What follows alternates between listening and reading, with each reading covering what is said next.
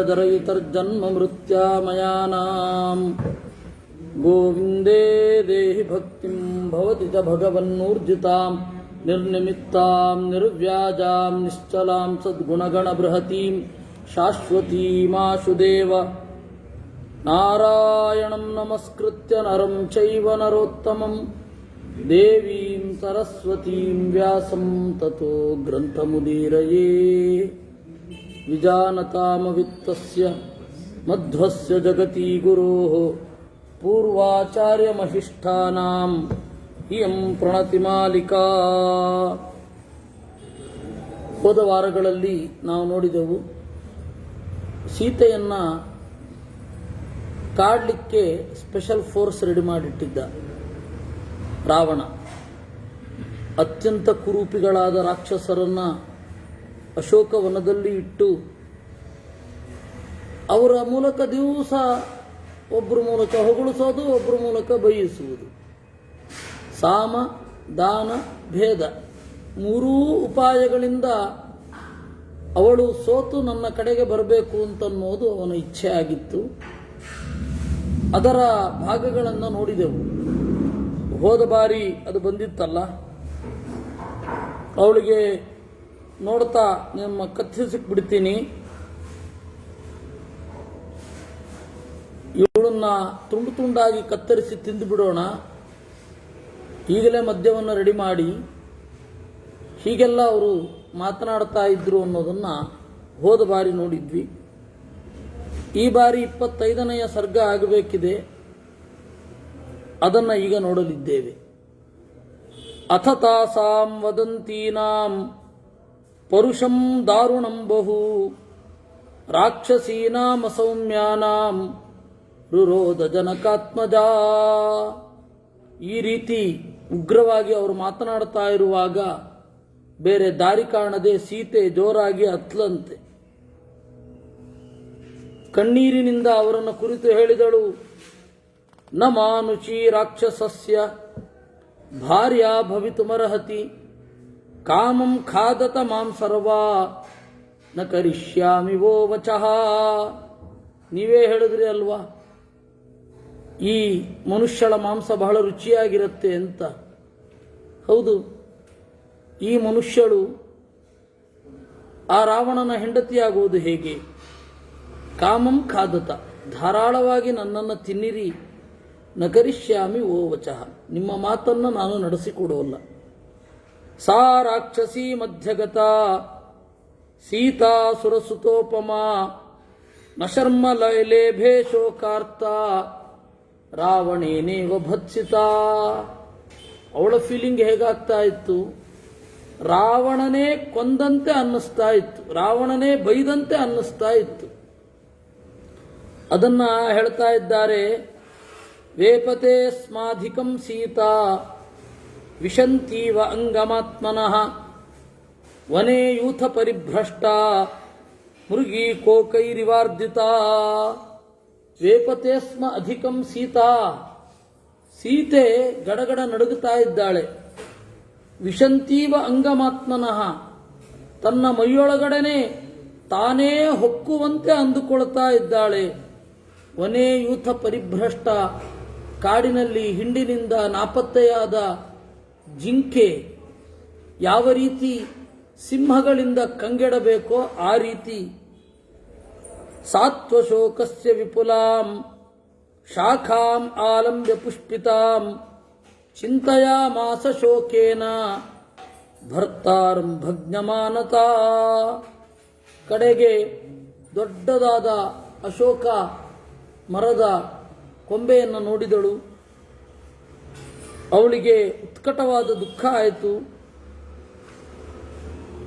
ತಸ್ಯಾಸ್ಸಾ ದೀರ್ಘಬಹುಲ way ಪಂತ್ಯಾ ಸೀತಯಾ ತದಾ ದದೃಶೇ ಕಂಪಿತಾ ವೇಣಿ ವ್ಯಾಳೀವ ಪರಿಸರ್ಪತಿ. ಜೋರಾಗಿ ಅತ್ಲಂತೆ, ಹಾ ರಾಮ, ಹಾ ಲಕ್ಷ್ಮಣ, ಹಾ ಶ್ವಶ್ರೂಹು ಮಮ ಕೌಸಲ್ಯೆ, ಓ ಅತ್ತೆಯಾದ ಕೌಸಲ್ಯೆಯೇ, ಸುಮಿತ್ರೆಯೇ, ಲೋಕ ಪ್ರವಾದ ಸತ್ಯೋಯಂ ಪಂಡಿತೈ ಸಮುದಾಹೃತಃ ಅಕಾಲೇ ದುರ್ಲಭೋ ಮೃತ್ಯು ಸ್ತ್ರೀಯ ವಾ ಪುರುಷಸ್ಯ ವಾ. ಜನರಲ್ಲಿ ಒಂದು ಮಾತಿದೆ, ಆಮೇಲೆ ಮಾಡಿ ಕುಡಿಯೋದು. ಲೋಕ ಪ್ರವಾದ ಸತ್ಯೋಯಂ. ಜನರ ಮಾತು ಒಂದು ಸತ್ಯ. ಅಕಾಲೇ ದುರ್ಲಭೋ ಮೃತ್ಯು. ನಮಗೆ ಬೇಕಾದ ಕಾಲದಲ್ಲಿ ಸಾವು ಬೇಕು ಅಂದರೆ ಬರೋಲ್ಲ. ಯಾಕೆಂದರೆ ಅದು ನಮ್ಮ ಮಾತನ್ನು ಕೇಳೋಲ್ಲ. ಸಾಯಬಾರದಾಗ ಸಾಯ್ತೇವೆ.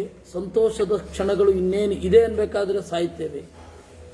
ಸಾಯಬೇಕು, ಉತ್ಕಟವಾದ ದುಃಖ ಇದೆ ಅಂತನ್ನುವಾಗ ಏನು ಮಾಡಿದ್ರೂ ಸಾಯೋದಿಲ್ಲ. ಯತ್ರಾಹಮಾಭಿಕ್ರೂರಾಭಿ ರಾಕ್ಷಸೀಭಿರಿವಾರ್ಜಿತ ಜೀವಾಮಿ ಹೀನಾರಾಮೇಣ ಮುಹೂರ್ತಮಪಿ ದುಃಖಿತ. ಅಲ್ಲ, ಈ ರೀತಿ ರಾಮನಿಂದ ದೂರಾಗಿ 10 ತಿಂಗಳಾಯಿತು. ಪ್ರತಿ ದಿವಸ ಇವರ ಕಾಟ ಇದ್ದದ್ದೇ. ಇವರ ಮಾತನ್ನ ಕೇಳಿ ನನ್ನ ಎದೆ ಒಡಿತಾ ಇಲ್ಲ ಅಲ್ವಾ. ಯೇ ಶಾಲ್ಪ ಪುಣ್ಯ ಕೃಪಣ ವಿನಶಿಷ್ಯಾಮ್ಯನಾಥವತ್ ಸಮುದ್ರ ಮಧ್ಯೆ ನೌಪೂರ್ಣ ವಾಯುವೇಗ ಇರಿವಾಹತ. ನನಗೆ ಅತ್ಯಂತ ಅಲ್ಪ ಪುಣ್ಯ ಅಂತ ಕಾಣುತ್ತೆ. ಸಮುದ್ರದ ನಡುವೆ ಭಾರವನ್ನು ಹೊತ್ತ ಹಡಗು ಇದೆ. ವೇಗವಾಗಿ ಸುಂಟರ ಗಾಳಿ ಬೀಸ್ತಾ ಇದೆ, ಅಲುಗಾಡ್ತಾ ಇದೆ, ಮುಳುಗುತ್ತಾ ಇಲ್ಲ. ಈ ರೀತಿಯ ಪರಿಸ್ಥಿತಿ ನನ್ನದು. ಭರ್ತಾರಂ ತಮ ಪಶ್ಯಂತಿ ರಾಕ್ಷಸಿ ವಶಮಾಗತ ಸೀದಾಮಿ ಖಲು ಶೋಕೇನ ಕೂಲಂ ತೋಯಹತಂ ಯಥಾ. ಈ ರಕ್ಕಸರ ವಶದಲ್ಲಿ ಇದ್ದೇನೆ, ದುಃಖದಿಂದ ಇನ್ನೂ ಯಾಕೆ ಸಾಯಲಿಲ್ಲ ಅಂತ ನನ್ನ ಬಗ್ಗೆ ನನಗೇ ಆಶ್ಚರ್ಯ ಆಗುತ್ತೆ. ಖಂಡಿತ ನಾನು ಸಾಯ್ತೇನೆ. ಸತ್ತ ಮೇಲೆ ರಾಮನನ್ನ ನೋಡ್ತಾರೆ. ರಾಮನನ್ನ ದುಃಖ ಬಾರದಂತೆ ಮಾಡಲಿಕ್ಕೆ ಬೇಕಾದಷ್ಟು ಜನ ಇರ್ತಾರೆ. ಕೀದೃಚಂತು ಮಹಾಪಾಪಂ ಮಯಾ ದೇಹಾಂತರೇ ಕೃತಂ ಏನೇದಂ ಪ್ರಾಪ್ಯತೆ ಘೋರಂ ಮಹಾದುಃಖಂ ಸುದಾರುಣಂ. ಸಾಯಬೇಕು ಅಂತ ಇದ್ದೇನೆ. ಯಾವ ಪಾಪ ಮಾಡಿದ್ದೇನೋ ಏನೋ ಬೇರೆ ಜನ್ಮದಲ್ಲಿ, ಇನ್ನೂ ಸಾಯ್ತಾ ಇಲ್ಲ. ಧಿಗಸ್ತು ಕಲು ಮಾನುಷ್ಯಂ. ಈ ಮನುಷ್ಯ ಜನ್ಮಕ್ಕೆ ಧಿಕ್. ಯಾಕೆಂದರೆ ಮನುಷ್ಯ ಜನ್ಮ ಬಂದಾಗ ಕಟ್ಟುಪಾಡು ಇರುತ್ತೆ. ಆ ಕಟ್ಟುಪಾಡಿನ ಒಳಗಡೆ ನಡಿಬೇಕಾಗತ್ತೆ. ಅದರಿಂದಾಗಿ ಇದೊಂದು ಮಾನುಷ್ಯ ಜನ್ಮ. ಅದರಲ್ಲಿ ಧಿಗಸ್ತು ಪರವಶ್ಯತಾಂ. ಬೇರೆಯವರ ವಶವಾಗಿರೋದು ಅಂದರೆ ಇನ್ನೂ ದುಃಖ.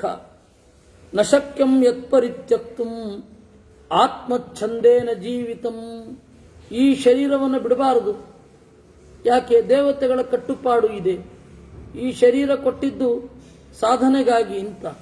ಇದನ್ನ ವಿವೇಚನೆ ಇಲ್ಲದೆ ಹಾಳು ಮಾಡಿಕೊಳ್ಳೋದು ಸರಿಯೇ ಅಲ್ಲ ಅಂತ ಹೇಳಿ ಅವಳು ಮಾತಾಡ್ಕೊಳ್ತಾ ಇದ್ಲು ಅನ್ನುವಲ್ಲಿಗೆ 25ನೆಯ ಸರ್ಗ. ಪ್ರಸಕ್ತಾಶ್ರುಮುಖೀತ್ವೇವಂ ಬ್ರುವತಿ ಜನಕಾತ್ಮಜ ಅಧೋಗತ ಮುಖೀ ಬಾಲ ವಿಲಪ್ತು ಮುಪಚಕ್ರಮೇ. ಹೀಗೆ ಹುಚ್ಚಿಯ ಹಾಗೆ, ಸನ್ನಿ ಹಿಡಿದವಳ ಹಾಗೆ ಮಾತಾಡ್ಕೊಳ್ತಾ ಇದ್ದಾಳೆ.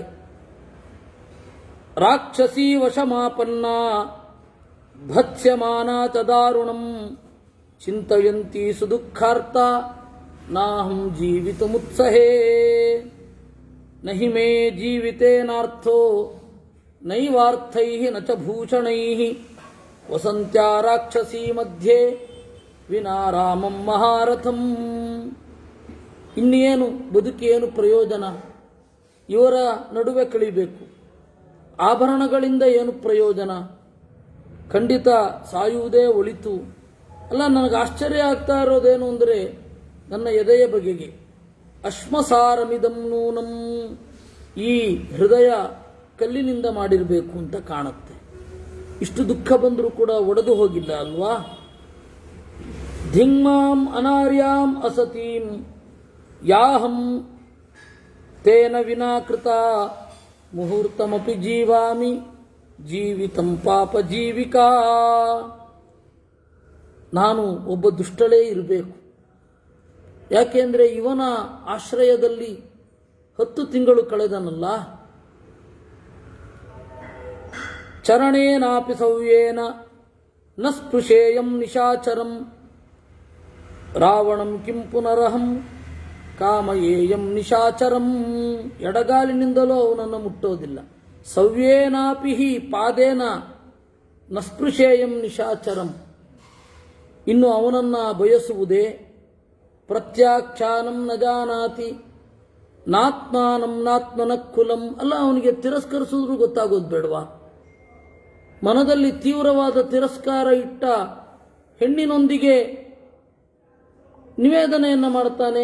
ನೀನು ನನಗೆ ಬೇಕು, ಕಾಮ ಬೇಕು, ಕಾಮವನ್ನು ಮೀರ್ಲಿಕ್ಕಾಗಲ್ಲ ಅಂತ. ಅವನಿಗೇನು ಗೊತ್ತೇ ಆಗಲ್ವಾ? ಒಂದು ಚೂರು ಸೆನ್ಸಿಲ್ದೆ ಹೋದರೆ ಹೇಗೆ? ಯೋ ನೃಶಂಸ ಸ್ವಭಾವೇನ ಮಾಂ ಪ್ರಾರ್ಥಯಿತು ಮಿಚ್ಛತಿ.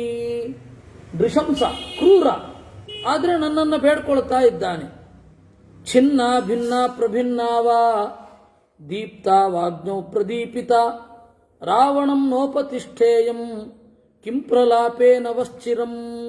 ಸೀಳಲಿ, ಚುಚ್ಚಲಿ, ಕತ್ತರಿಸಿ ಬಿಡ್ಲಿ, ಬೆಂಕಿ ಹಾಕಲಿ, ಏನು ಮಾಡಿದ್ರೂ ರಾವಣಂ ನೋಪತಿಷ್ಠೇಯಂ, ರಾವಣನನ್ನು ಮಾತ್ರ ಸೇರುವುದಿಲ್ಲ.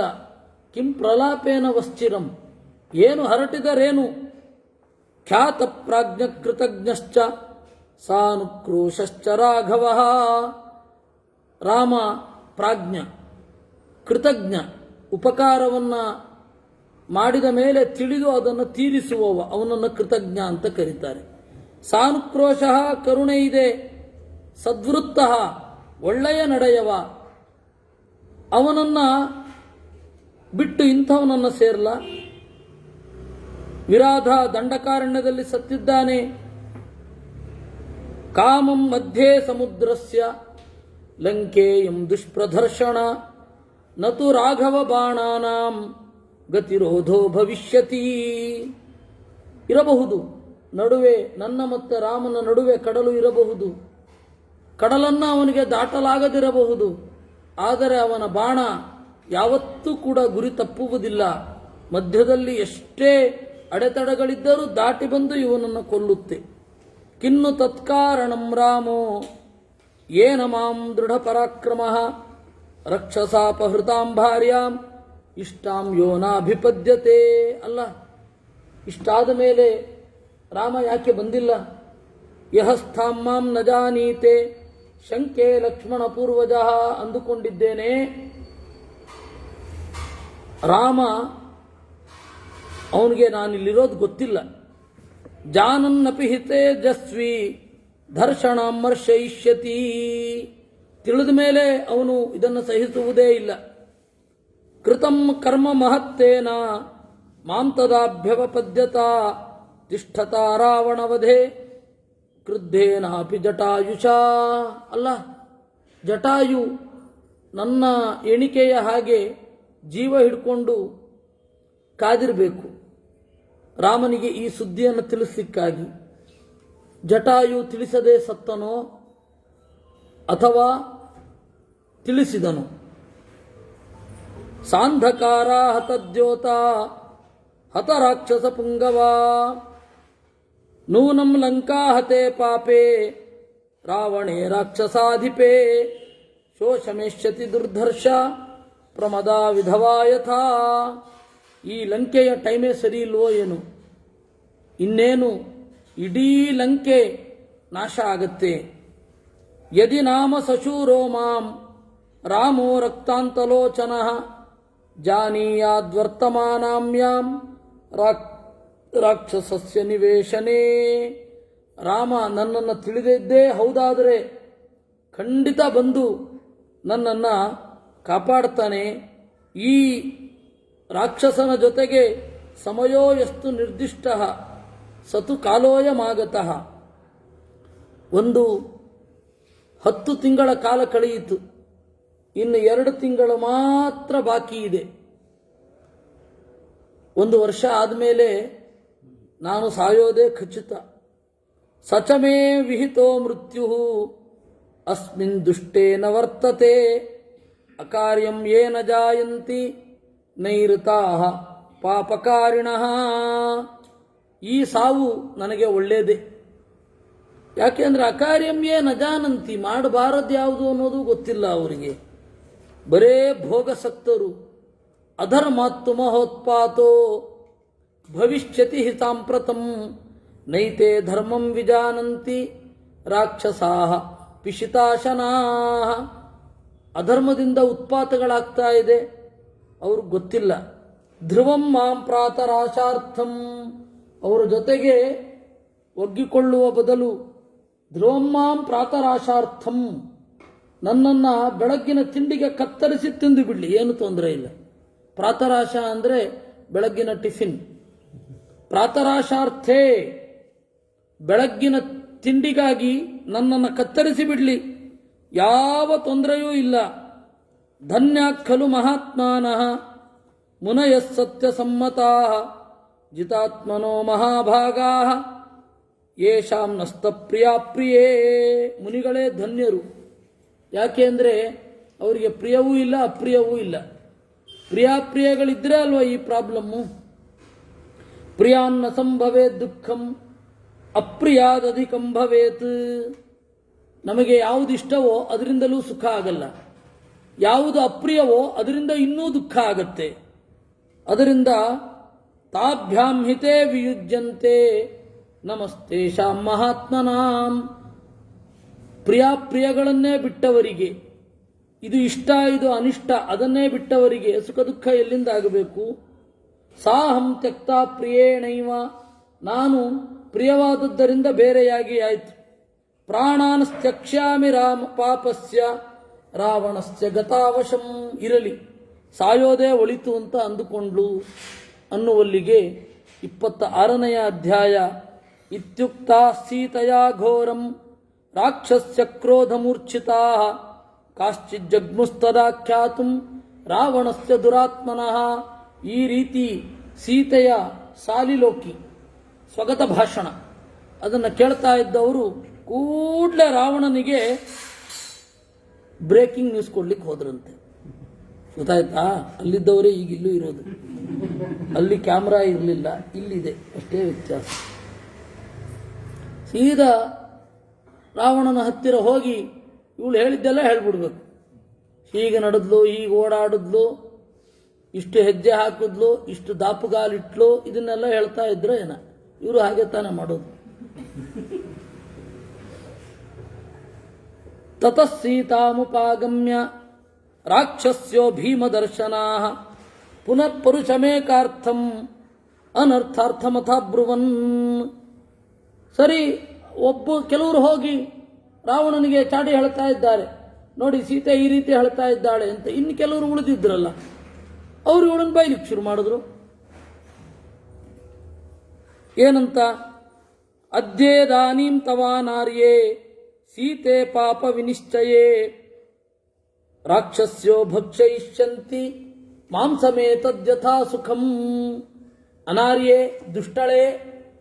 ಅನಾರ್ಯೆ ಅಂತಂದ್ರೆ ಒಳ್ಳೆ ನಡೆ ಇಲ್ಲದವಳು ಅಂತ.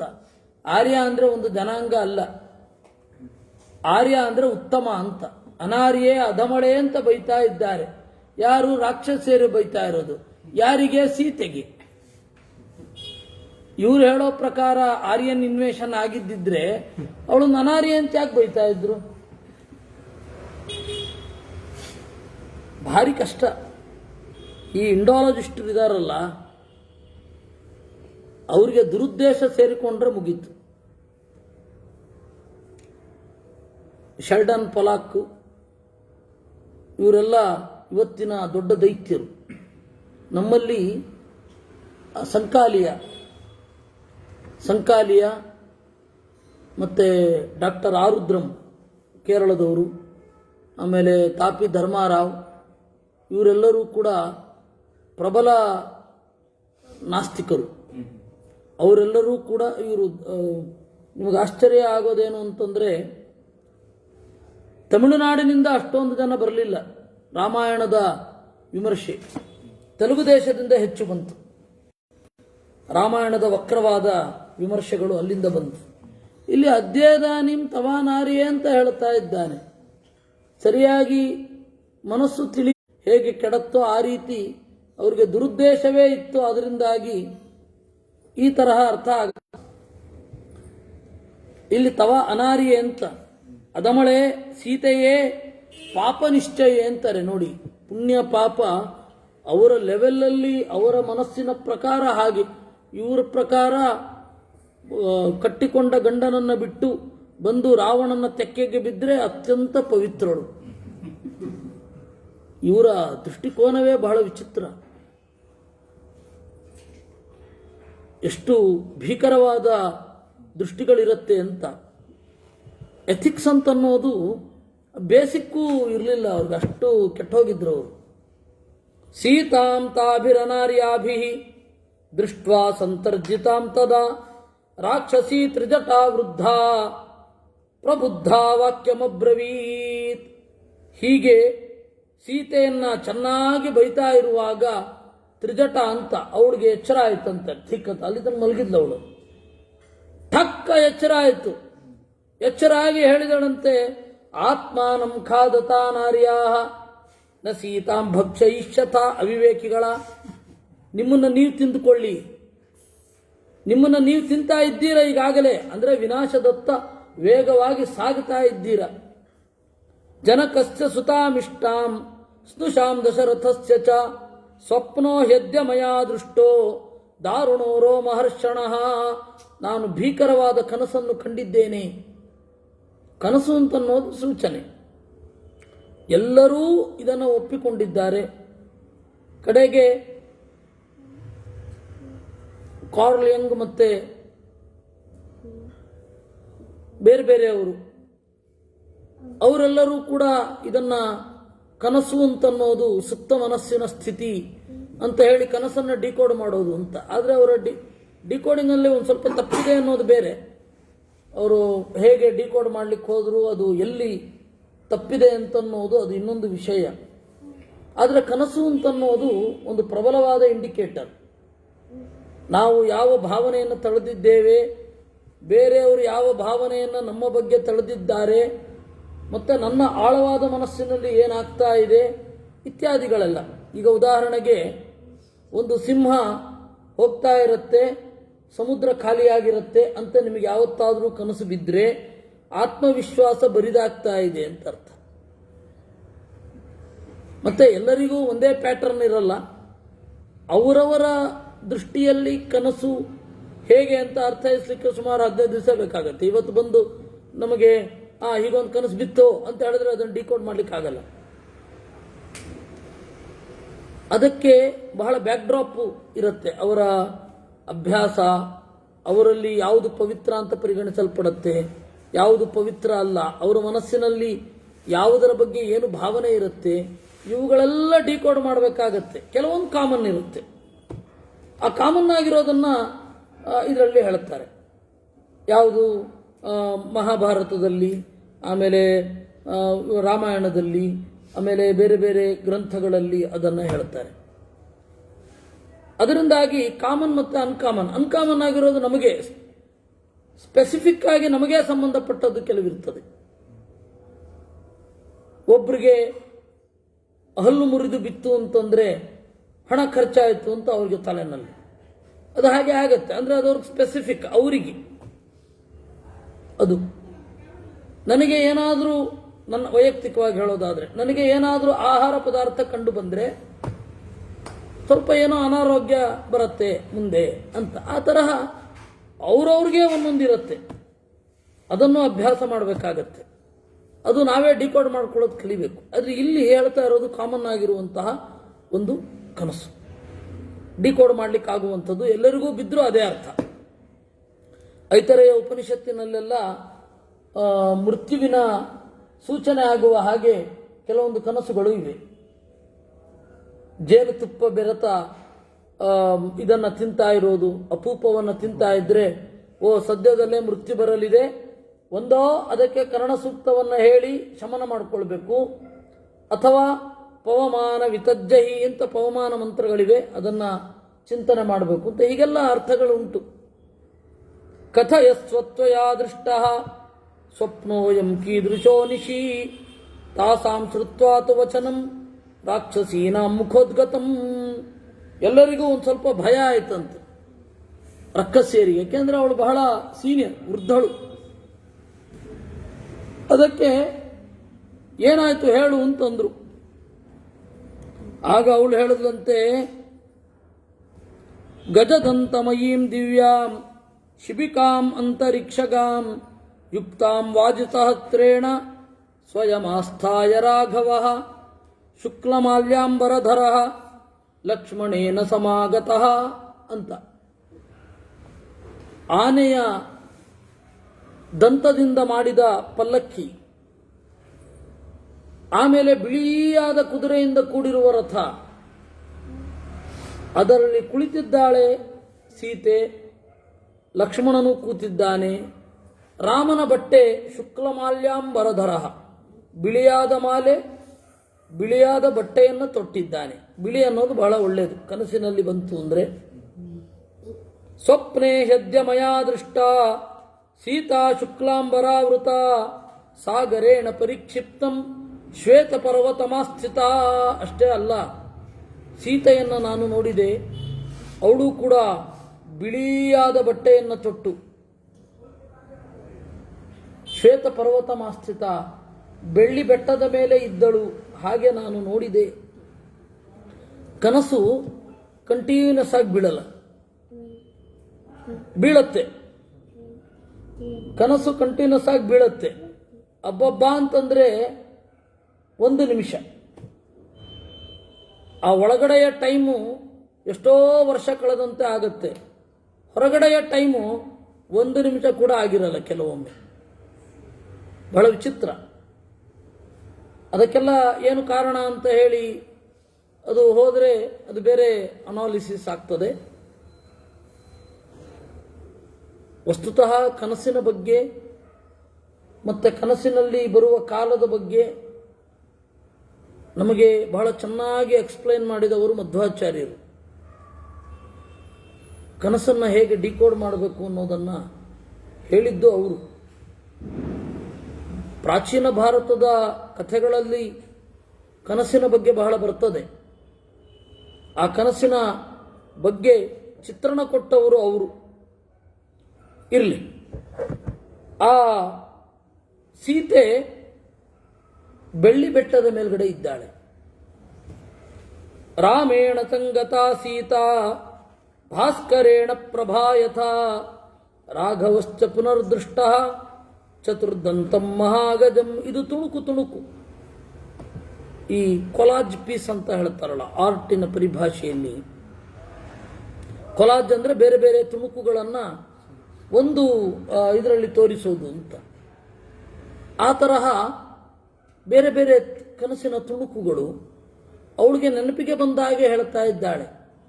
ಅದರಲ್ಲಿ ಒಂದು ಕ್ರಮಬದ್ಧತೆ. ಅವಳ ಕನಸಿನಲ್ಲಿ ಬಿದ್ದದ್ದು ಹೇಗೆ, ಅವಳು ಹೇಳಬೇಕಾದ್ರೆ ಏನನ್ನು ಹೇಳಿದ್ಲು ಅದು ಗೊತ್ತಿಲ್ಲ ನಮಗೆ. ಅದು ಆ ಕನಸಿನಲ್ಲಿ ನಿಯಂತ್ರಣ ಮಾಡುವ ದೇವ್ರಿಗೆ ಗೊತ್ತಿತ್ತೇನು, ನಮಗಂತೂ ಇಲ್ಲಿ ಸ್ಪಷ್ಟ ಆಗೋಲ್ಲ. ಅವಳು ಹೇಳ್ತಾಳೆ, ರಾಮೇಣ ತಂಗತಾ ಸೀತಾ, ರಾಮನ ಜೊತೆಗೆ ಸೀತೆ ಇದ್ಲು. ಹೇಗೆ ಭಾಸ್ಕರೇಣ ಪ್ರಭಾಯಥ, ಸೂರ್ಯನ ಜೊತೆಗೆ ಕಿರಣ ಹೇಗೆ ಹಾಗೆ. ರಾಘವ 4 ದಂತಗಳಿರುವ ಆನೆಯನ್ನು ಏರಿದ. ಆಮೇಲೆ ಶುಕ್ಲ ಮಾಲ್ಯಾಂಬರಧರವು ಜಾನಕೀಂ ಪರ್ಯುಪಸ್ಥಿತವು. ಲಕ್ಷ್ಮಣ ಹಾಗೂ ಸೀತೆ, ಇದು ರಾಮ, ಇಬ್ಬರೂ ಕೂಡ ಬಿಳಿಯಾದ ಬಟ್ಟೆಯನ್ನು ತೊಟ್ಟು ಸೀತೆಯ ಜೊತೆಗಿದ್ರು. ಅದನ್ನು ನಾನು ನೋಡಿದೆ. ಭರ್ತುರಂಕಾತ್ ಸಮುತ್ಪತ್ಯ ತತ್ ಕಮಲಲೋಚನ ಚಂದ್ರ ಸೂರ್ಯೌ ಮಯಾ ದೃಷ್ಟೌ ಪಾಣಿಭ್ಯಾಂ ಪರಿಮಾರ್ಜತಿ. ಸೀತೆ ಜಿಗಿದು ಭರ್ತುರಂಕಾತ್ ಸಮುತ್ಪತ್ಯ. ಇನ್ನೊಂದು ಸೀನಿನಲ್ಲಿ ಸೀತೆ ಕುಳಿತಿದ್ದಾಳೆ, ಇದು ರಾಮ ಕುಳಿತಿದ್ದಾನೆ, ರಾಮನ ತೊಡೆಯ ಮೇಲೆ ಸೀತೆ ಇದ್ದಾಳೆ. ರಾಮ ಅವನ ತೊಡೆಯ ಮೇಲಿನಿಂದ ಸೀತೆ ಜಿಗಿದು ಚಂದ್ರ ಸೂರ್ಯರನ್ನ ಕೈಯಿಂದ ಹೀಗೆ ಸವರ್ತಾ ಇದ್ದಾಳೆ. ಆ ಕನಸು ಬಿತ್ತು ನನಗೆ. ಉತ್ತರಾಂ ದಿಶಮಾಲೋಚ್ಯ ಪ್ರಸ್ಥಿತ ಪುರುಷೋತ್ತಮ. ಆಮೇಲೆ ರಾಮ ಉತ್ತರ ದಿಕ್ಕಿಗೆ ಹೋಗ್ತಾ ಇದ್ದಾನೆ. ಉತ್ತರ ದಿಕ್ಕಿಗೆ ಹೋಗೋದು ಅಂತಂದ್ರೆ ನೋಡಿ, ಕನಸಿನಲ್ಲಿಯೂ ಸುಪ್ತ ಪ್ರಜ್ಞೆಯಲ್ಲಿಯೂ ದಿಕ್ಕು ದಾಖಲಾಗಿರುತ್ತೆ. ದಿಕ್ಕು ಹೊರಗಡೆಯ ರೆಕಗ್ನಿಷನ್ಗೆ ಮಾತ್ರ ಅಲ್ಲ, ಸೂರ್ಯನಿಲ್ಲದೆಯೂ ದಿಕ್ಕು ಗೊತ್ತಾಗತ್ತೆ ಅಲ್ವಾ. ಸಮುದ್ರದ ಮಧ್ಯದಲ್ಲಿ ಡಿಜಿಟಲ್ ಕಂಪಾಸ್ ಇಟ್ಕೊಂಡ್ರು ನಮಗೆ ದಿಕ್ಕು ಗೊತ್ತಾಗತ್ತೆ. ಡಿಜಿಟಲ್ ಕಂಪಾಸ್ ಯಾವ ರೀತಿ ಕೆಲಸ ಮಾಡುತ್ತೆ? ಸೂರ್ಯನನ್ನು ನೋಡಿ. ಇಲ್ಲ, ಸೂರ್ಯನಿಲ್ಲದಾಗಲೂ ಕೆಲಸ ಮಾಡುತ್ತೆ. ಅದರಿಂದಾಗಿ ಸೀತೆ ಮತ್ತು ರಾಮ ಅವರೆಲ್ಲ ಉತ್ತರ ದಿಕ್ಕಿಗೆ ಹೋಗ್ತಾ ಇದ್ದಾರೆ. ರಾವಣನನ್ನು ನೋಡಿದೆ ಅಂದರೆ ರಾವಣನನ್ನು ನೋಡಿದೆ ನಾನು. ರಾವಣಸ್ತು ತಥಾ ಮುಂಡಃ ದೃಷ್ಟಸ್ತೈಲ ಸಮುಕ್ಷಿತ. ಪೂರ್ತಿ ತಲೆಬೋಳಿಸಿಕೊಂಡು ಎಣ್ಣೆಯನ್ನೆಲ್ಲ ಮೈಗೆ ಹಚ್ಚಿಕೊಂಡು ದಕ್ಷಿಣ ದಿಕ್ಕಿಗೆ ಹೋಗ್ತಾ ಇದ್ದಾನೆ.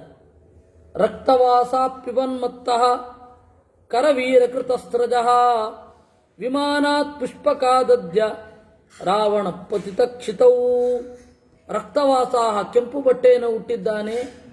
ಕೆಂಪು ಬಟ್ಟೆಯನ್ನು ಹುಟ್ಟವರು ಬಂದರೆ ಅಶುಭ ಅಂತ. ರಕ್ತವಾಸಾಹ ಪಿಬನ್ಮತ್ತಃ, ಎಣ್ಣೆಯನ್ನು ಕುಡಿಯುತ್ತಾ, ಎಣ್ಣೆ ಅಂದರೆ ಎಣ್ಣೆನೆ, ಎಣ್ಣೆಯನ್ನು ಕುಡಿಯುತ್ತಾ ಕರವೀರಕೃತಸ್ತ್ರಜಃ, ಕೆಂಪು ದಾಸವಾಳದ ಹೂವನ್ನು ಇಟ್ಟುಕೊಂಡು ವಿಮಾನಾತ್ ಪುಷ್ಪಕಾದದ್ಯ ರಾವಣ ಪತಿತಕ್ಷಿತವು, ರಾವಣ ತಲೆ ಕೆಳಗಾಗಿ ಬಿದ್ದಿದ್ದಾನೆ. ಇದನ್ನು ನೋಡಿದೆ. ಕೃಷ್ಯಮಾಣ ಸ್ತ್ರೀಯಾ ದೃಷ್ಟ ಮುಂಡ ಕೃಷ್ಣಾಂಬರ ಪುನಃ ರಥೇನ ಖರಯುಕ್ತೇನ ರಕ್ತಮಾಲ್ಯಾನುಲೇಪನಃ. ಕೃಷ್ಯಮಾಣ ಸ್ತ್ರೀಯ, ಯಾವುದೋ ಒಂದು ಹೆಣ್ಣು ಅವನನ್ನು ದರದರನೆ ಎಳ್ಕೊಂಡು ಹೋಗ್ತಾ ಇದೆ. ಆಯ್ತಾ? ತಲೆಗೂದಲು ಏನೂ ಇಲ್ಲ, ಬೋಳಿಸಿಕೊಂಡಿದ್ದಾನೆ. ಕೃಷ್ಣಾಂಬರಹ, ಕಪ್ಪು ಬಣ್ಣದ ಬಟ್ಟೆಯುಟ್ಟಿದ್ದಾನೆ. ರಥೇನ ಖರಯುಕ್ತೇನ, ಕತ್ತೆಗಳನ್ನು ಹೂಡಿದ ರಥದಲ್ಲಿ ಕುಳಿತು ಕೆಂಪು ಮಾಲೆಗಳನ್ನು ತೊಟ್ಟು ಹೊರಟಿದ್ದಾನೆ. ಪಿಬನ ಸ್ಥೈಲಂ ಹಸನ್ ನೃತ್ಯನ್ ಭ್ರಾಂತ ಚಿತ್ತ ಕುಲೇಂದ್ರಿಯ ಗರ್ದಭೇನ ಯಯೌ ಶೀಘ್ರಂ ದಕ್ಷಿಣಾಂ ದಿಶಮಾಶ್ರಿತ. ದಕ್ಷಿಣ ದಿಕ್ಕಿನ ಕಡೆಗೆ ಹೋಗ್ತಾ ಇದ್ದಾನೆ. ದಕ್ಷಿಣ ದಿಕ್ಕು ಯಮನ ದಿಕ್ಕು. ದಕ್ಷಿಣ ದಿಕ್ಕಿನ ಕಡೆಗೆ ಹೋಗ್ತಾ ಇದ್ದಾನೆ ಅಂದರೆ ಸದ್ಯದಲ್ಲೇ ಸಾಯ್ತಾನೆ ಅಂತ. ಆಮೇಲೆ ಪುನರೇವ ಮಯಾ ದೃಷ್ಟ, ಕಟ್ ಮತ್ತು ಶುರು ಆಯಿತು. ಪುನರೇವ ಮಯಾ ದೃಷ್ಟ ರಾವಣೋ ರಾಕ್ಷಸೇಶ್ವರ ಪತಿತೋ ವಿಶಿರಾ ಭೂಮೌ ಗರ್ದಭಾಗ್ ಭಯಮೋಹಿತ. ಕತ್ತೆಯ ಮೇಲೆ ಕೂತ್ಕೊಂಡು ಹೋಗ್ತಾ ಇದ್ದವನು ಅಲ್ಲಿಯೂ ಪ್ರಯಾಣ ಪೂರ್ತಿ ಮಾಡಲಿಲ್ಲ, ತಲೆ ಕೆಳಕಾಗಿ ಬಿದ್ದ. ದುರ್ಗಂಧಂ ದುಸ್ಸಹಂ ಘೋರಂ ತಿಮಿರಂ ನರಕೋಪಮಂ ಮಲಪಂಕಂ ಪ್ರವಿಶ್ಯಾಶು ಮಗ್ನಸ್ತತ್ರ ಸರಾವಣ. ದುರ್ಗಂಧ, ತಡಿಲಿಕ್ಕೇ ಆಗದ ಕತ್ತಲ ಒಳಗಡೆ ತಲೆಕೆಳಕಾಗಿ ಬಿದ್ದಿದ್ದಾನೆ ಅವನು. ಆಮೇಲೆ ಯಾರೋ ಒಬ್ಬಳು ಕೆಂಪು ಬಟ್ಟೆಯನ್ನು ಹುಟ್ಟ ಹೆಣ್ಣು, ಕಾಲಿ ಕರ್ದಮ ಲಿಪ್ತಾಂಗಿ, ಕಪ್ಪು ಬಣ್ಣ ಅವಳದು, ಕೆಂಪು ಬಟ್ಟೆ ಅದನ್ನು ಉಟ್ಟುಕೊಂಡವಳು ಎಳ್ಕೊಂಡು ಹೋಗ್ತಾ ಇದ್ದಾಳೆ. ದಿಶಂ ಯಾಮ್ಯಾಂ ಪ್ರಕರ್ಷತಿ ಏವಂ ತತ್ರ ಮಯಾ ದೃಷ್ಟ ಕುಂಭಕರ್ಣೋ ಮಹಾಬಲಃ. ಇದೇ ರೀತಿ ಕುಂಭಕರ್ಣನನ್ನು ನೋಡಿದೆ. ರಾವಣಸ್ಯ ಸುತಾಸ್ಸರ್ವೇ ಮುಂಡಾಸ್ತೈಲ ಸಮುಕ್ಷಿತಾ. ರಾವಣನ ಎಲ್ಲ ಮಕ್ಕಳು ಕೂಡ ಇದೇ ರೀತಿ ತೈಲವನ್ನು ಹಚ್ಚಿಕೊಂಡು ಹೊರಟಿದ್ದಾರೆ. ವರಾಹೇಣ ದಶಗ್ರೀವ, ಹಂದಿಯನ್ನು ಏರಿ, ಇವತ್ತಿನ ಪರಿಭಾಷೆಯಲ್ಲಿ ಕಟ್ ಮಾಡಿದ್ರೆ ಹಂದಿಯನ್ನು ಏರಿದ ರಾವಣ, ಕಟ್ ಮಾಡಿದ್ರೆ ಅಂತ ಹೇಳಬೇಕು. ವರಾಹೇಣ ದಶಗ್ರೀವ ಶಿಶುಮಾರೇಣ ಚಂದ್ರಜಿತ್. ಶಿಶುಮಾರೇಣ ಚೇಳನ್ನು ಏರಿ ಅವನು ಇಂದ್ರಜಿತ್ ಹೊರಟಿದ್ದಾನೆ. ಉಷ್ಟ್ರೇಣ ಕುಂಭಕರ್ಣಶ್ಚ, ಒಂಟೆಯನ್ನು ಏರಿ ಕುಂಭಕರ್ಣ ಹೊರಟಿದ್ದಾನೆ. ಕನಸಿನಲ್ಲಿಯೂ ಒಂಟೆ ಅಶುಭ, ಅದನ್ನು ಹತ್ಕೊಂಡು ಹೋಗ್ತಾರೆ, ಅದನ್ನು ಪವಿತ್ರ ಪ್ರಾಣಿ ಅಂತ ಪರಿಗಣಿಸ್ತಾರೆ, ದೇವರಿಗೆ ಪ್ರೀತಿ. ಉಷ್ಟ್ರೇಣ ಕುಂಭಕರ್ಣಶ್ಚ ಪ್ರಯಾತಾ ದಕ್ಷಿಣಾಂ ದಿಶಂ. ಆದರೆ ಏಕಸ್ತತ್ರ ಮಯಾ ದೃಷ್ಟಃ ಶ್ವೇತಛತ್ರೋ ವಿಭೀಷಣಃ. ಒಬ್ಬನೇ ವಿಭೀಷಣ. ನಮ್ಮಲ್ಲೆಲ್ಲ ಒಳ್ಳೆಯದಾಗೋದಿದ್ರೆ ಅವನೊಬ್ಬನಿಗೇನೆ. ಬಿಳಿಯಾದ ಕೊಡೆಯ ಕೆಳಗಡೆ ಅವನು ನಡೀತಾ ಇದ್ದ. ಆರುಷ್ಯ ಶೈಲತಂಕಾಚಂ ಮೇಘಸ್ತನಿತನಿಸ್ವನಂ ಚತುರ್ದಂತಂ ಗಜಂ ದಿವ್ಯಂ ಆಸ್ತೆ ತತ್ರ ವಿಭೀಷಣ ಮಾತ್ರ. 4 ಕೋರೆ ದಾಡಗಳಿರುವ ಆನೆಯ ಮೇಲೇರಿ ಸುಖವಾಗಿ ಸಾಗುತ್ತಾ ಇದ್ದಾನೆ. ಸಮಾಜಶ್ಚ ಮಹಾವೃತ್ತೋ ಗೀತವಾದಿತ್ರಣಿಸ್ವನಃ. ಆಮೇಲೆ ಲಂಕೆಯನ್ನು ನೋಡಿದರೆ ಇಡೀ ಲಂಕೆಯಲ್ಲಿ ಎಲ್ಲರೂ ಕೂಡ ನೆತ್ತರ ಬಣ್ಣದ ಬಟ್ಟೆಯುಟ್ಟು, ಅಂದರೆ ಕೆಂಪು ಬಣ್ಣದ ಬಟ್ಟೆಯುಟ್ಟು ಕುಣಿತಾ ಇದ್ದಾರೆ ಎಲ್ಲ. ಆಮೇಲೆ ಲಂಕೆ ಇಡೀ ಭಗ್ನವಾದ ಗೋಪುರ, ತೋರಣ ಎಲ್ಲ. ಕುಂಭಕರ್ಣಾದಯಶ್ಚೇಮೆ ಸರ್ವೇ ರಾಕ್ಷಸ ಪುಂಗವಾಹ. ಎಲ್ಲರೂ ಸೆಗಣಿಯ ಹೊಂಡದಲ್ಲಿ ಬಿದ್ದಿದ್ದಾರೆ. ನೋಡಿ, ಇದು ಕನಸು. ಎಚ್ಚರ ಇರಲಿ, ನಾಳೆ ನಿಮಗೆ ಜೀವದಾನ ಮಾಡಬೇಕಾದವಳು ಇವಳು.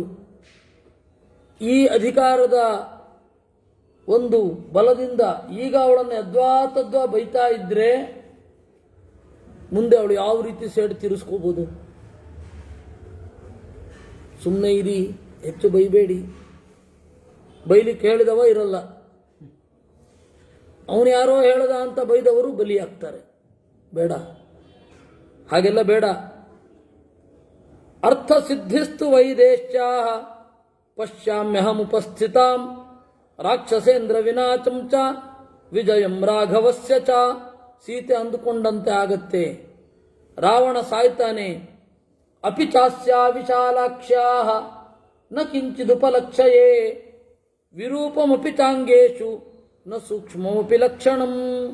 ಇವಳಿಗೆ ವೈಧವ್ಯ ಬರುವ ಯಾವುದೇ ಸೂಚನೆಗಳು ಇವಳ ಮೈಯಲ್ಲಿ ಇಲ್ಲ. ಇವಳ ಮೈಯಲ್ಲಿ ಇವಳು ಮುಂಚೆ ಸಾಯುವಂತಹ ಸೂಚನೆಗಳೂ ಇಲ್ಲ. ನೋಡಿ, ಸೀತೆಯನ್ನು ಸರಿಯಾಗಿ ಗಮನಿಸಿ. ಈ ಚಚ್ಚರುಚಿತೋ ಚಾಸ್ಯ ದಕ್ಷಿಣಾಯಾಶ ದಕ್ಷಿಣ. ದಕ್ಷಿಣ ಅಂದರೆ ಜಾಣಳು ಅಂತ ಅರ್ಥ. ದಾಕ್ಷಿಣ್ಯ ಅಂದರೆ ಜಾಣತನ ಅಂತ ಅರ್ಥ ಮೂಲಭೂತವಾಗಿ. ಇವತ್ತು ದಾಕ್ಷಿಣ್ಯ ಅಂದರೆ ಸಂಕೋಚ ಅಂತ ಅರ್ಥ ಆಗೋಗಿದೆ. ಜಾಣಳಾದ ಸೀತೆಯ ಅದಕ್ಷಿಣ, ಎಡಗಡೆಯ ಭಾಗವನ್ನು ನೋಡಿ. ಒಂದು ಕಂಪನ ಕಾಣಲಿಲ್ವ ಈಗ ತಾನೇ? ಅಂದರೆ ಹೆಣ್ಣು ಮಕ್ಕಳಿಗೆ ಎಡಗಡೆಯ ಭಾಗ ಅದುರಿದರೆ ಅವ್ರಿಗೂ ಒಳ್ಳೆಯದು ಅಂತ. ಕರೇಣು ಹಸ್ತ ಪ್ರತಿಮಃ ಸೌಯಶ್ಚೋರುರನುತ್ತಮಃ ವೇಪನ್ ಕಥಯತಿ ವಾಸ್ಯಾಹ ರಾಘವಂ ಪುರತಸ್ಥಿತಂ. ಕರೇಣು ಹಸ್ತ ಪ್ರತಿಮಃ, ಆನೆಯ ಸೊಂಡಿಲಿನಂತೆ ಉರುಟಾಗಿ ಉದ್ದವಾಗಿರುವ ಆ ಸೀತೆಯ ಎಡ ತೊಡೆ ವೇಪನ್ ಮೆಲ್ಲಗೆ ನಡುಗುತ್ತಾ ಇಲ್ಲೇ ಎಲ್ಲೋ ಇದ್ದಾನೆ ಅಂತ. ಪಕ್ಷಿ ಚ ಶಾಖಾ ನಿಲಯಂ ಪ್ರವಿಷ್ಟ ಪುನಃ ಪುನಶ್ಚೋತ್ತಮ ಸಾಂತ್ವವಾದಿ ಸುಸ್ವಾಗತಾಂ ವಾಚಮುದೀರಯಾಣ ಪುನಃ ಪುನಶ್ಚೋದಯತೀವ ಹೃಷ್ಟ. ಪಕ್ಷಿಯೂ ಕೂಡ ಅವಳಿಗೆ ಪ್ರಿಯವಾದದ್ದನ್ನು ನುಡಿತಾ ಇದೆ. ಪ್ರಕೃತಿಯ ಅಂಗಗಳಲ್ವ ಇವೆಲ್ಲ. ಪಕ್ಷಿ, ಮೃಗ, ಮರ ಅವುಗಳೆಲ್ಲ ನಮಗೆ ಏನನ್ನೋ ಹೇಳ್ತವೆ. ಅದು ಕೆಲವೊಮ್ಮೆ ನಮಗೆ ಅರ್ಥ ಆಗಬಹುದು, ಆಗದೇ ಇರಬಹುದು. ನಾವೇ ಮಾಡಿದ ಬದಲಾವಣೆಯಿಂದ ನಮಗೆ ಗೊತ್ತು ಆಗದೂ ಇರಬಹುದು. ಕಾಡಿನಲ್ಲಿ ನಡೀತಾ ಇರುವಾಗ ಸಣ್ಣ ಸಣ್ಣ ಕದಲಿಕೆಗಳು ಕೂಡ ಅಪಾಯದ ಮುನ್ಸೂಚನೆಯನ್ನು, ಕ್ರೂರ ಮೃಗಗಳು ಹತ್ತಿರ ಆಗೋದನ್ನು ಹೇಳುತ್ತವೆ. ಜೋರಾಗಿ ಜಿಂಕೆ ಕಿರ್ಚಿದರೆ, ಜೋರಾಗಿ ಮಂಗಗಳು ಕಿರ್ಚಿದರೆ ಹತ್ತಿರದಲ್ಲಿ ಹುಲಿ ಇದೆ ಅಂತ ಅರ್ಥ. ಅದೆಲ್ಲ ಬೇಟೆಗಾರರಿಗೆ ಗೊತ್ತಾಗ್ತದೆ. ಹಾಗೆ ಪ್ರಕೃತಿಯೊಡನೆ ಜೊತೆಗೆ ಇದ್ದವರಿಗೆ ಗೊತ್ತಾಗತ್ತೆ. ನಮಗೆ ಆ ಸೆನ್ಸಿಟಿವ್ ಆಗಿರೋದನ್ನು ಕಳ್ಕೊಂಡ್ಬಿಟ್ಟಿದ್ದೇವೆ ನಾವು. ಸೆನ್ಸ್ಲೆಸ್ ನಾವು ಈಗ, ಏನು ಗೊತ್ತಾಗಲ್ಲ. ಯಾಕೆಂದರೆ ಪ್ರಕೃತಿಯಿಂದ ಬಹಳ ದೂರ ಬಂದಿದ್ದೇವೆ. ಹಾಗಾದ್ರೆ ಇವತ್ತು ಹೇಳಬಹುದಾ ಎಡಗಡೆಯಿಂದ ಬಲಗಡೆಗೆ ಹೋದ್ರೆ ಅದು ಹೇಳಲಿಕ್ಕಾಗಲ್ಲ, ಬಲಗಡೆಯಿಂದ ಎಡಗಡೆಗೆ ಹೋದ್ರೆ ಎಡಗಡೆಯಿಂದ ಗೊತ್ತಿಲ್ಲ. ಹೀಗೆ ಸಪ್ತವಿಂಶ ಸರ್ಗ 27ನೇದ್ದಾಯ್ತು. ಸಾ ರಾಕ್ಷಸೇಂದ್ರಸ್ಯ ವಚೋ ನಿಶಮ್ಯ ತದ್ರಾವಣಸ್ಯ ಪ್ರಿಯಮಪ್ರಿಯಾರ್ಥ ಸೀತಾ ವಿತತ್ರಾತ ಯಥಾವನಾಂತೆ ಸಿಂಹಾಭಿಪನ್ನ ಗಜರಾಜ ಕನ್ಯಾ. ಸೀತೆಗೆ ಇದನ್ನು ಕೇಳಿ ಖುಷಿ ಅಂತ ಏನಾಗಲಿಲ್ಲ. ಅವಳಿಗೆ ಒಂದಷ್ಟು ಆನೆ ಗಿಳಿಟ್ಟು ಹಾಗೆ ಅನ್ನಿಸ್ತು ಅಷ್ಟೆ. ಅವಳು ಯಾವ ಭಾಷೆಯಲ್ಲಿ ಹೇಳಿದ್ಲೋ, ಸಂಸ್ಕೃತದಲ್ಲೇ ಹೇಳಿರಬೇಕು ಅಂತ ಇಲ್ಲ. ಅವತ್ತಿನ ಪರಿಭಾಷೆ ಇವತ್ತು ಇಂಗ್ಲಿಷ್ ಇದ್ದಾಗೆ ಅವತ್ತು ಸಂಸ್ಕೃತ. ಇವ್ರು ಯಾವ್ಯಾವ ಭಾಷೆಯಲ್ಲಿ ಮಾತಾಡ್ತಾ ಇದ್ರು, ಪೈಶಾಚ ಭಾಷೆ ಹೇಗಿರುತ್ತೋ ಯಾರು ಗೊತ್ತು, ರಾಕ್ಷಸರ ಪರಿಭಾಷೆ ಹೇಗಿರುತ್ತೋ, ಕಪಿಗಳ ಪರಿಭಾಷೆ ಅರ್ಥ ಆಗಲಿಲ್ಲ ಅಂತ ಮುಂದೆ ಇಲ್ಲೇ ಬರುತ್ತೆ. ಅಲ್ಲಿ ದದಿಮುಖ ಏನೋ ಹೇಳ್ತಾ ಇದ್ದಾಗ ರಾಮ ಕೇಳಿದ, ಏನು ಹೇಳ್ತಾ ಇದ್ದ ನೀನು ಅಂತ ಕೇಳಿದ ಅಂತೆ. ಆಗ ಸುಗ್ರೀವ ಟ್ರಾನ್ಸ್ಲೇಟ್ ಮಾಡಿದ. ಅದರಿಂದ ಏನು ಅಂತ ಅರ್ಥ ಆಗಲಿಲ್ಲ. ಗಡಗಡ ನಡುಗಿದಳು. ಕಾಂತಾರ ಮಧ್ಯೆ ವಿಜನೆ ವಿಸೃಷ್ಟ ಬಾಲೇವ ಕನ್ಯಾ ವಿಲಲಾಪ ಸೀತಾ. ಕಾಂತಾರ ಮಧ್ಯೆ ದಟ್ಟವಾದ ಕಾಡಿನ ನಡುವೆ ಜನವಿಲ್ಲದಲ್ಲಿ ವಿಸೃಷ್ಟ ಬಿಡಲ್ಪಟ್ಟ ಪುಟ್ಟ ಹುಡುಗಿ ಅಳುವ ಹಾಗೆ ಅತ್ಲಂತೆ. ಸತ್ಯಂಬತೇದಂ ಪ್ರವದಂತಿ ಲೋಕೆ ನಾಕಾಲ ಮೃತ್ಯುರ್ಭವತೀತಿ ಸಂತಹ. ಈ ರೀತಿ ತನ್ನನ್ನೇ ಬೈಕೊಳ್ತಾ ನೈವಾಸ್ತಿನೂ ನಮ್ಮ ಮದೋಚ ಮಧ್ಯ ವಧ್ಯಾಹಮಸ್ಯ ಪ್ರಿಯದರಚನಸ್ಯ. ಇವನನ್ನು ನೋಡಿದ ಕೂಡಲೇ ಸಾಯಬೇಕಿತ್ತು, ನನಗೆ ಗೊತ್ತಾಗಲಿಲ್ಲ. ಅಯ್ಯೋ ಲಕ್ಷ್ಮಣ, ರಾಮ, ಸುಮಿತ್ರೆ, ರಾಮ ಮಾತಃ ಸಹಮೇ ಜನನ್ಯ, ನನ್ನ ತಾಯಂದಿರೇ, ನೀವು ಯಾರೂ ಇಲ್ಲದಲ್ಲಿ ನಾನು ಸಾಯ್ತಾ ಇದ್ದೇನೆ. ಪ್ರಾಯ ಏನೋ ಕೆಟ್ಟ ಕೆಲಸ ಮಾಡಿರಬೇಕು ನಾನು. ಅನನ್ಯ ದೇವತ್ವಮಿಯಂ ಕ್ಷಮಾಚ ಭೂಮೌ ಚ ಚರ್ಯಾ ನಿಯಮಶ್ಚ ತರವೇ ಪತಿವ್ರತಾತ್ವಂ ವಿಫಲಂ ಮಮೇದಂ ಕೃತಜ್ಞೇಷು ಇವ ಮಾನುಷಾಣಾಂ. ಅನನ್ಯ ದೇವತ್ವಂ, ನಾನು ಚೆನ್ನಾಗಿ ಆರಾಧನೆ ಮಾಡಿದ್ದೇನೆ, ಭೂಮಿಯಲ್ಲಿ ಮಲಗಿದ್ದೇನೆ. ಯಾಕೆ ಅಂದರೆ ವನವಾಸದಲ್ಲಿ ಸುಖೋಪಭೋಗಗಳನ್ನು ಅನುಭವಿಸಬಾರದು ಅಂತ ಪತಿವ್ರತೆಯಾಗಿ ಕಾಲ ಕಳೆದೆ, ಅದೆಲ್ಲ ವಿಫಲ ಆಯ್ತಲ್ಲ. ಧರ್ಮ ಮಾಡುವವರಿಗೆ ಸಹಜವಾಗಿ ಒಮ್ಮೆ ಹಾಗನ್ಸತ್ತೆ ಕಷ್ಟ ಬಂದಾಗ. ಅದನ್ನೇ ಅವಳು ಅನುಕರಿಸಿ ತೋರಿಸಿದಳು. ಮೋಘಂ ಹಿ ಧರ್ಮಶ್ಚರಿತೋಪಮಾಯಂ ತಥೈಕ ಪತ್ನಿತ್ವಂ ಇದಂ ನಿರರ್ಥಕಂ. ನಾನು ಮಾಡಿದ ಧರ್ಮ ಎಲ್ಲ ವ್ಯರ್ಥ ಆಯ್ತಲ್ಲ. ಪಿತೃರ್ನಿದೇತಂ ನಿಯಮೇನ ಕೃತ್ವ ವನಾನ್ನಿವೃತ್ತಶ್ಚರಿತವ್ರತಶ್ಚ. ಪ್ರಾಯ ರಾಮ ನನ್ನನ್ನು ಇಲ್ಲಿಯೇ ಬಿಟ್ಟು ಅಲ್ಲಿಂದ ಅಲ್ಲಿಗೇ ಹೋಗಿ ಬಿಡ್ತಾನೋ ಏನೋ. ಅತ್ಯಂತ ಪ್ರಿಯರಾದವರು ಸ್ವಲ್ಪ ಕಾಣಿಸದೇ ಹೋದಾಗ ಅವರು ನಮ್ಮನ್ನ ಬಿಟ್ರೋ ಅಂತ ಅನಿಸುತ್ತೆ, ಏನಾದ್ರು ಸಿಟ್ಟು ಬಂತೋ ಅಂತ ಅನ್ನಿಸುತ್ತೆ. ಹಾಗೆ ಸೀತೆಯೂ ಕೂಡ ಆ ರೀತಿ ಅಂದುಕೊಂಡ್ಲಂತೆ. ಅಹಂ ತು ರಾಮತ್ವಯಿ ಜಾತ ಕಾಮ. ಖಂಡಿತವಾಗಿ ಕಾಡಿನಿಂದ ತೆರಳಿ ಇನ್ನೇನು 14 ವರ್ಷ ಆಗ್ತಾ ಬಂತು. ಇತ್ತ ಕೈ ಹಿಡಿದ ಹೆಣ್ಣಿನ ಪ್ರಾಣವನ್ನು ರಕ್ಷಣೆ ಮಾಡೋದೋ ಅಥವಾ ಬೆನ್ನಿಗೆ ಬಿದ್ದ ತಮ್ಮನ ಪ್ರಾಣವನ್ನು ರಕ್ಷಣೆ ಮಾಡೋದೋ. ಪ್ರಾಯ ರಾಮ ಅಲ್ಲಿಗೆ ಹೋಗಿರಬೇಕು, ಹೋಗ್ತಾನೆ. ಅವನನ್ನ ಜನ ನೋಡ್ತಾರೆ, ಅಯೋಧ್ಯೆಯ ಜನಗಳು. ವಿಷಸ್ಯ ಜಾತಾನತು ಮೇಸ್ತಿ ಕಶ್ಚಿತ್ ಶಸ್ತ್ರಸ್ಯ ವಾ ವೇಶ್ಮನಿ ರಾಕ್ಷಸಸ್ಯ. ನಾನು ಏನು ಮಾಡಲಿ, ಪ್ರಾಣ ಬಿಡಬೇಕು ಅಂದ್ರೂ ಏನು ಸಿಗ್ತಾ ಇಲ್ಲ. ಇಲ್ಲಿ ಯಾರಾದರೂ ವಿಷ ಕೊಡೋರಿದಾರೆಯೇ? ಆಯ್ತಾ, ಶಸ್ತ್ರ ಇದೆಯೇ? ಕಡೆಗೆ ಏನು ಮಾಡಲಿ, ನನ್ನ ಉದ್ದವಾದ ಜಡೆಯನ್ನ ಮರಕ್ಕೆ ನೇತು ಹಾಕಿಕೊಂಡು ನೇಣು ಹಾಕಿಕೊಂಡು ಸಹ ಪ್ರಾಣ ಬಿಡ್ತೇನೆ ಅಂತ ಅಂದಂತವಳು. ಶೋಕಾಭಿತಪ್ತ ಬಹುಧಾ ವಿಚಿಂತ್ಯ ಸೀತಾಥ ವೇಣಿ ಗ್ರಥನಂ ಗೃಹೀತ್ವ ಉದ್ಬಧ್ಯ ವೇಣ್ಯುದ್ಗ್ರಥನೇನ ಶೀಘ್ರಂ ಅಹಂ ಗಮಿಷ್ಯಾಮಿ ಯಮಸ್ಯ ಮೂಲಂ. ಹೀಗೆ ಆತ್ಮಹತ್ಯೆ ಮಾಡಿಕೊಳ್ತೇನೆ ನಾನು ಅಂತ ಉಪಸ್ಥಿತಾತ ಮೃದು ತರ್ವಗಾತ್ರಿ ಶಾಖಾಂ ಗೃಹೀತ್ವಾ ತನಗಸ್ಯ ತಸ್ಯಾಸ್ತು ರಾಮಂ ಪರಿಚಿಂತಯಂತ್ಯ ರಾಮಾನುಜಂ ಸಂಚ ಕುಲಂ ಶುಭಾಂಗ್ಯಾಃ. ಈ ರೀತಿ ಅವಳು ಆತ್ಮಹತ್ಯೆ ಮಾಡಿಕೊಳ್ಳಿಕ್ಕೆ ಅಂತ ಹೋದಾಗ ಎಲ್ಲ ಕಡೆಯಿಂದ ಮಂಗಳಕರವಾದ ಸೂಚನೆಗಳು ಆದವು ಅನ್ನುವಲ್ಲಿಗೆ ಸುಂದರಕಾಂಡದಲ್ಲಿ 28ನೆಯ ಸರ್ಗ ಮುಗಿದಿದೆ. ತಥಾಗತಾಂ ತಾಂ ವ್ಯಥಿತಾಮನಿಂದಿತಾಂ ವ್ಯತೀತ ಹರ್ಷಾಂ ಪರಿದೀನಮಾನತಾಂ ಶುಭಾಂ ನಿಮಿತ್ತಾನಿ ಶುಭಾನಿ ಭೇದಿರೆ ನರಂ ತ್ರಿಯಾಜುಷ್ಟಮಿವೋಪಸೇವಿನಃ. ಹಾಗೆ ಅವಳಿಗೆ ಸೂಚನೆ ಆಗಲಿಕ್ಕೆ ಶುರು ಆಯಿತು. ತಸ್ಯಾಶುಭಂ ವಾಮಮರಾಲ ಪಕ್ಷ್ಮ ರಾಜ್ಯಾವೃತಂ ಕೃಷ್ಣ ವಿಶಾಲ ಶುಕ್ಲಂ. ಅವಳ ಮಂಗಳಕರವಾದ ವಾಮಮರಾಳ ಪಕ್ಷ್ಮ ರಾಜ್ಯಾವೃತಂ, ಈ ಕಪ್ಪಾದ ಕೂದಲಿನಿಂದ ಕೂಡಿರುವ ರೆಪ್ಪೆ, ಅದರ ಒಳಗಡೆ ಇರುವ ಕೃಷ್ಣ ವಿಶಾಲ ಶುಕ್ಲಂ,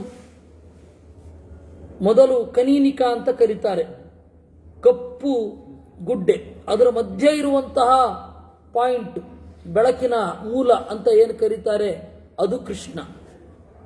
ಆಮೇಲೆ ಅದಾದ ಮೇಲೆ ಸುತ್ತ ಇರುವಂತಹ ವಿಶಾಲ, ಆಮೇಲೆ ಈ ಬಿಳಿಯಾದ ಕಣ್ಣು, ಈ ಬಿಳಿಯಾದ ಭಾಗ, ಆಮೇಲೆ ನಡುವೆ ಕಣ್ಣಗುಡ್ಡೆಯ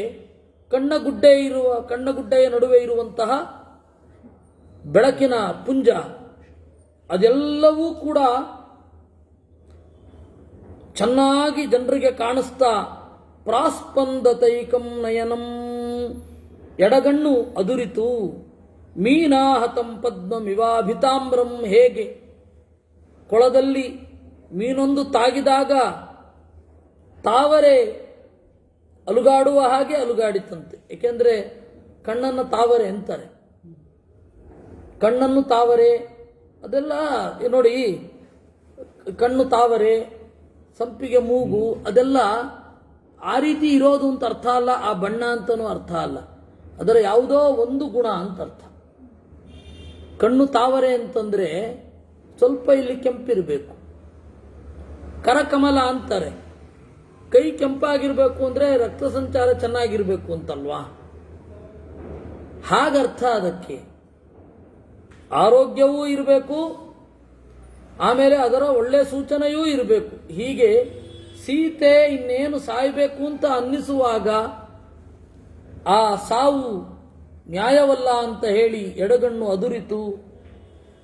ಅನುತ್ತಮೇನಾಧ್ಯುಷಿತ ಪ್ರಿಯೇಣ ಚಿರೇಣ ವಾಮಸ್ತಮವೇಪತಾಶು ಗಜೇಂದ್ರ ಹಸ್ತ ಪ್ರತಿಮಶ್ಚ ತದ್ವತ್ ತಯೋರ್ದ್ವಯೋ ಸಂಹತಯೋಶ್ಚ ಜಾತಃ. ಹೀಗೆ ರಾಮನಿಂದ ಚೆನ್ನಾಗಿ ನೇವರಿಸಲ್ಪಟ್ಟ ಅವಳ ಎಡತೋಳು ನಡುಗಿತು. ವಾಸಸ್ಥಿತಾಯ ಶಿಖರಾಗ್ರದಂತ್ಯಾ ಕಿಂಚಿತ್ ಪರಿಶ್ರಂಸತ ಚಾರುಗಾತ್ರ್ಯಾ. ಅವಳು ಉಟ್ಟ ಬಟ್ಟೆ, ಒಂದೇ ಒಂದು ಬಟ್ಟೆಯನ್ನ ಅವಳು ಹುಟ್ಟಿದ್ದಿದ್ದು, ಮೇಲ್ಗಡೆ ಒಂದು ಹೊದಿಕೆ ಇತ್ತು, ಆ ಹೊದಿಕೆಯನ್ನ ಅವಳು ಆಭರಣವನ್ನು ಕಟ್ಟಿ ಎಸೆದಾಗಿದೆ. ಅವತ್ತಿನ ಕಾಲದ ವೇಷಭೂಷಣಗಳು ಇವತ್ತಿನ ತರನೇ ಇರುತ್ತೆ ಅಂತ ಅನ್ಕೊಳ್ಬಾರದು. ಆಯಾ ಕಾಲಕ್ಕೆ ಅವರವರು ಅದನ್ನು ಮಾಡ್ತಾ ಇರ್ತಾರೆ, ಅದರಿಂದಾಗಿ ಅವತ್ತಿನ ತರ ಇವತ್ತಿರ್ಲಿಕ್ಕಾಗಲ್ಲ. ಹೀಗಾಗಿ ಕಾವ್ಯ ಓದುವಾಗ ಆ ಕಾಲಕ್ಕೆ ಹೋಗಿ ಅದರಂತೆಯೇ ಯೋಚನೆ ಮಾಡಬೇಕು, ಬೇರೆ ಅಲ್ಲ. ಅವಳ ಒಂದು ಬಟ್ಟೆ ತೆಳುವಾಗಿ ಕಂಪಿಸಿತು. ಆಮೇಲೆ ಮುಖದಲ್ಲಿ ಇದ್ದ ಕಳವಳಗಳೆಲ್ಲ ನೀಗಿ, ಸುಕ್ಕುಗಳೆಲ್ಲ ಸರಿಯಾಗಿ ಅವಳ ಮುಖ ಇದ್ದಕ್ಕಿದ್ದಂತೆ ಚಂದ ಕಂಡಿತು. ಸಾವೀತ ಶೋಕ ವ್ಯಪನೀತ ತಂದ್ರ ಶಾಂತಜ್ವರ ಹರ್ಷ ವಿವೃದ್ಧ ಸತ್ವ. ಅವಳ ಮೈಯಲ್ಲಿ ಇದ್ದ, ಅವಳ ಇಡೀ ಮನಸ್ಸಿನಲ್ಲಿ ಇದ್ದ ಬಳಲಿಕೆ ಮಾಯ ಆಗಿ ಒಂದೇನೋ ಉತ್ಸಾಹ ಬಂತಂತೆ. ಬಹಳ ಕಷ್ಟದಲ್ಲಿರಬೇಕಾದರೂ ಕೂಡ ಮನಸ್ಸಿನಲ್ಲಿ ಏನೋ ಒಂದು ಆಹ್ಲಾದ ಉಂಟಾಗ್ಬಿಡುತ್ತೆ, ಅದು ಎಲ್ಲಿಂದ ಅಂತ ಯಾರಿಗೂ ಗೊತ್ತಾಗಲ್ಲ. ಹಾಗಾಯಿತು ಸೀತೆಗೆ ಅನ್ನುವಲ್ಲಿಗೆ 39ನೆಯ ಸರ್ಗ. ಹನುಮಾನಪಿ ವಿಕ್ರಾಂತಃ ಸರ್ವಂ ಶುಶ್ರಾವ ತತ್ವತಃ. ಹನುಮಂತ ಕೇಳಿದ ಅಂತೆ ಇದನ್ನೆಲ್ಲ. ಯಾವ ಭಾಷೆಯಲ್ಲಿ ಕನ್ವೆ ಮಾಡೋದು? ತಥೋ ಬಹುವಿಧಾಂ ಚಿಂತಾಂ ಚಿಂತಯಾಮಾಸ ವಾನರಃ. ಬಹಳ ಚಿಂತೆ ಆಯ್ತಂತೆ ಅವನಿಗೆ. ಇದೇನಿದು, ಎಲ್ಲರೂ ಹುಡುಕ್ತಾ ಇದ್ದಾರೆ, ಸಿಕ್ಕಿದ್ದು ನನಗೊಬ್ಬಳಿಗೇನೆ. ಚಾರೇಣತು ಸುಯುಕ್ತೇನ ಶತ್ರು ಶಕ್ತಿಮವೇಕ್ಷತ ಗೂಢೇನ ಚರತಾ ತಾವತ್ ಅವೇಕ್ಷಿತಮಿದಂ ಮಯಾ. ಚಾರೇಣತು ಸುಯುಕ್ತೇನ, ಒಬ್ಬ ಒಳ್ಳೆ ಸ್ಪೈ ಯಾರಿಗೂ ಸಿಗದ ಒಂದು ವಿಚಾರವನ್ನು ಕಂಡುಹಿಡಿತಾನೆ. ಆ ರೀತಿ ನಾನು ಒಳ್ಳೆ ನಡೆಯಿಂದ ಸೀತೆಯನ್ನು ಈಗ ಕಂಡಿದ್ದೇನೆ. ರಾಕ್ಷಸಾನಾಂ ವಿಶೇಷಶ್ಚ ಪುರೀಚೇಯಂ ನಿರೀಕ್ಷಿತ. ಇವಳೊಬ್ಬಳನ್ನು ನೋಡಲಿಕ್ಕೆ ಇಡೀ ಲಂಕೆಯನ್ನು ಗಾಳಿಸಿದ್ದೇನೆ. ರಾವಣನ ಪ್ರಭಾವವನ್ನು ಕಂಡಿದ್ದೇನೆ. ಯಥಾ ತಸ್ಯ ಪ್ರಮೇಯಸ್ಯ ಸರ್ವಸತ್ವದಯಾವತಃ ಸಮಾಶ್ವಾಸಯಿತುಂ ಭಾರ್ಯಾಂ ಪತಿದರ್ಶನಕಾಂಕ್ಷಿಣೀಂ. ಇವಳನ್ನು ನಾನು ಸಮಾಧಾನ ಮಾಡಬೇಕು. ಏನಂತ ಮಾಡಲಿ, ನನಗೆ ಈಗ ಬಹಳ ಕಷ್ಟ ಇದೆ. ನಾನೇನಾದರೂ ಇವಳನ್ನು ಸಮಾಧಾನ ಮಾಡಲಿಲ್ಲ ಅಂತಾದರೆ ಸರ್ವಥಾ ನಾಸ್ತಿ ಸಂದೇಹ ಪರಿತ್ಯಕ್ಷತಿ ಜೀವಿತಂ. ಪ್ರಾಣ ಕಳ್ಕೊಳ್ತಾಳೆ. ಅದರಿಂದಾಗಿ ಈ ತನಕ ಯಾರಿಗೂ ತೋರದಂತೆ ಇದ್ರೂ ಕೂಡ ಈಗ ನಾನು ಅಭಿವ್ಯಕ್ತನಾಗಬೇಕು. ಏನ್ ಮಾಡಲಿ? ಯದಿವೋದ್ಯೋಜಯಿಷ್ಯಾಮಿ ಭರ್ತಾರಂ ರಾಮ ಕಾರಣಾತ್. ಸರಿ, ಸೀತೆ ಕಂಡ್ಲು, ಸೀತೆ ನೋಡ್ಕೊಂಡು ಬನ್ನಿ ಅಂದ್ರು. ಸೀತೆ ಕಂಡ್ಲು, ಸೀದಾ ಹೋಗಿ ನಿಂತು ಬಿಡೋದೆ ರಾಮನ ಎದುರುಗಡೆ. ಏನು ಅವಿವೇಕ ಆಗುತ್ತೆ ಅದು. ನೀರು ತಗೊಂಬ ಅಂದ್ರೆ ನೀವು ಲೋಟ ತರಲಿಕ್ಕೆ ಹೇಳಿದ್ರಾ ಅಂದ್ರೆ ಏನು ಹೇಳೋದು? ಆ ರೀತಿ ಸೀತೆಯನ್ನು ನೋಡ್ಕೊಂಡು ಬಾ ಅಂದ್ರೆ ಮಾತನಾಡಿಸಿ, ಅಕಸ್ಮಾತ್ ಅವಳು ಸಾಯುವ ಹಂತದಲ್ಲಿದ್ರೆ ಸಾಯದಂತೆ ತಡಿಬೇಕು ಅಂತ ಅರ್ಥ ಅಲ್ವಾ? ಕರೆದ್ರೆ ಬಾ ಅಂತ ಅರ್ಥ, ಉತ್ತರ ಕೊಡುವಂತ ಅರ್ಥ ಅಲ್ಲ. ಅಲ್ಲಿಂದಲೇ ಉತ್ತರ ಕೊಡೋದಲ್ಲ. ಹಾಗೆ ನಿರ್ದಹೇದಪಿ ಕಾಕುತ್ಸ್ಥಃ. ಏನ್ ಮಾಡಬೇಕು ಅದನ್ನ ನಾನು ಮಾಡಬೇಕು. ಈಗ ಇವಳು ಸಾಯ್ತೇನೆ ಅಂತ ಹೇಳ್ತಾ ಇದ್ದಾಳೆ. ಸರಿ, ಸೀದಾ ಹೋಗಿಬಿಟ್ರೆ ಗತಿ ಏನು? ನೋಡಿ ಆಗಿದೆ, ಹೋಗಿಬಿಟ್ರೆ ಇವಳಿಲ್ಲಿ ಆತ್ಮಹತ್ಯೆ ಮಾಡಿಕೊಂಡ ಮೇಲೆ ನಾನಲ್ಲೇನು ಹೇಳಿ? ಸ್ವಾಮಿ ಆತ್ಮಹತ್ಯೆ ಮಾಡ್ಕೊಳ್ತಾ ಇದ್ಲು, ನೀವೇನು ಹೇಳಿದ್ರಿ? ನೋಡ್ಕೊಂಡು ಬಂದ್ಬಿಡು ಅಂತಂದ್ರಿ, ನೋಡ್ಕೊಂಡು ಬಂದ್ಬಿಟ್ಟಿದ್ದೀನಿ ಅನ್ನೋದೇ? ಏನ್ ಮಾಡ್ಲಿ ನಾನು? ಸೀತಾ ಸಂದೇಶರಹಿತಂ ಭರ್ತಾರಂ ರಾಮ ಕಾರಣಾತ್ ವ್ಯರ್ಥಮಾಗಮನಂ ತಸ್ಯ ಸಸೈನ್ಯಸ್ಯ ಭವಿಷ್ಯತಿ. ಸೀತಾ ಸಂದೇಶರಹಿತಂ. ಸೀತೆ ಏನು ಹೇಳಿದ್ಲು? ಓ, ಅದಕ್ಕೆ ವಾಪಸ್ ಬರೋದಾ? ಅಲ್ಲ.